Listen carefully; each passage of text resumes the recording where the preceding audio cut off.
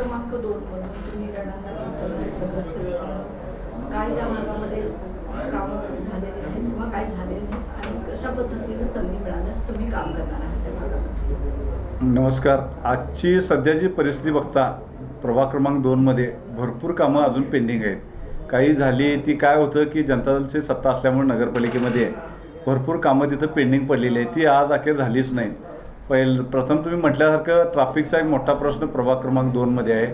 ते वळवण्यासाठी अण्णांनी सांगितल्या पद्धतीनं रिंग रोड हा गडिंग्लजचा सगळ्यात महत्त्वाचा प्रश्न आहे. आता तो मुश्रीफ साहेबांच्या माध्यमातूनच सुटणार आणि एकदा जर रिंग रोडचा प्रश्न सुटला तर 100% सगळं ट्रॅफिकचं जे आहे ते सगळे प्रश्न, सगळ्या प्रभागातले प्रश्न म्हणजे शहराचेच प्रश्न सुटतील. त्यामुळं सगळ्यात मोठा प्रश्न आहे तो ट्रॅफिकचा आहे. दुसरं म्हणजे प्रभाग क्रमांक 2मध्ये काही ओपन स्पेसेस आहेत, ते आज अखेर कधीच डेव्हलप झालेले नाहीत. तो ओपन स्पेसेस डेव्हलप करणे आम्ही प्रथम नगरपालिकेमध्ये नगरसेवक म्हणून निवडून गेल्या हीच कामं आम्ही हातात घेणार आहोत. ओपन स्पेसेस डेव्हलप करणे, काही छोटी छोटी मंदिरं आहेत तिथं पूर्ण पावसाळ्यात दलदलसारखं होतं आहे आणि तिथं दर्शन देखील घ्यायला जायला येत नाही. तिथं ते सगळं स्वच्छता करून ते डेव्हलप करणे, फरशी वगैरे घालणे, मंदिरांचं थोडंफार जीर्णोद्धार करणे, जे जे कामं आहेत ती सगळी 100% आम्ही करू. तसं प्रभाग 2मध्ये काही ठिकाणी अजून घंटागाडी जात नाही, रस्ता नाही. काही एक सुतारवाडा म्हणून आहे, तिथं जवळपास एक 40-50 घरं त्या आसपास आहेत, तिथं आज अखेर रस्ता झालेला नाही. तिथं रस्ता करणे, काही भागात गटरी नाहीत, तुम्ही म्हटल्यासारखं पाणी काही भागात साचतं ते देखील अडचण आहे.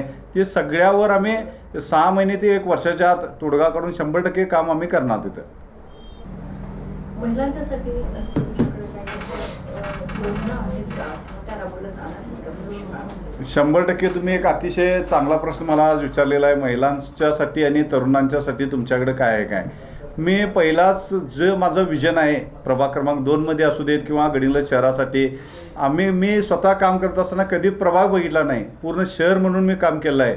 अण्णांचं जे वॉर्ड आता प्रभाग क्रमांक 1 आहे तिथं आम्ही एका बेघर कुटुंबाला स्वतःच्या पैशातनं घर बांधून जवळपास 1.25 लाख ते 1.5 लाख रुपये खर्च करून, एक बेघर कुटुंब होतं, त्यांना घर पडलेलं त्यांच्या घरात एकही करता पुरुष नव्हता, त्यांना स्वतःच्या पैशातनं मी घर बांधून दिलं आहे. असं प्रत्येकजण राष्ट्रवादीतला कार्यकर्ता कुठं ना कुठं काम केलं आहे, ते प्रत्येक प्रभागामध्ये सगळ्यांना फायदा होणार आहे.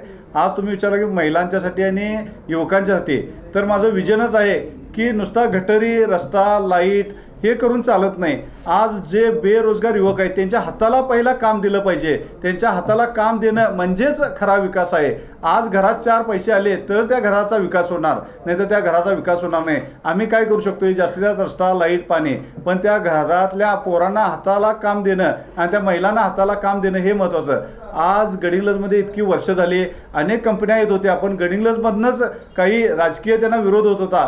पण जेव्हापासून मुश्रीफ साहेबांनी स्वतः या MIDCमध्ये लक्ष घातलेलं आहे तेव्हापासून अनेक कंपन्या आता येत आहेत. झपाट्यानं गडिंग्लजमधलं MIDC इतक्या झपाट्यानं वाढत आहे की जसं कागलचं MIDC आज सक्षम आहे तसं या 2 वर्षात गडिंग्लजचं MIDC देखील 100% सक्षम होणार. आणि MIDCच्या माध्यमातून नाही म्हटलं तरी हजारो तरुण या गडिंग्लज शहरातले असू देत, गडिंग्लज तालुक्यातले असेल, ती प्रत्येक प्रभागातले असू देत, आम्ही 100% हजारो तरुणांना या MIDCच्या माध्यमातून काम देणार.